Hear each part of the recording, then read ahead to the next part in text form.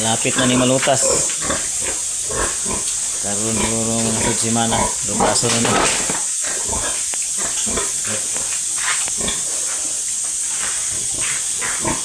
Kani yung mga biik giwalayin sa yaha.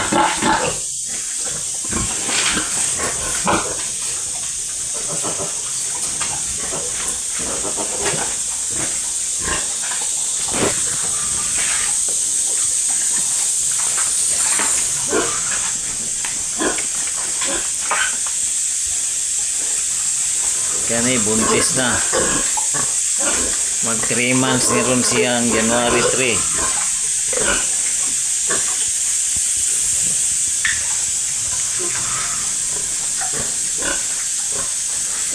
Kani sa January 16th, mag 3 months po ni.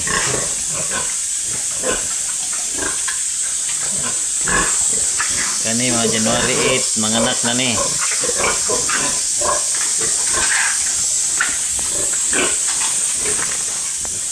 Kani December 26, mga anak ni siya. Malapit na ni. Baliguan na to. Kasabunan. Malapit na siya mga anak.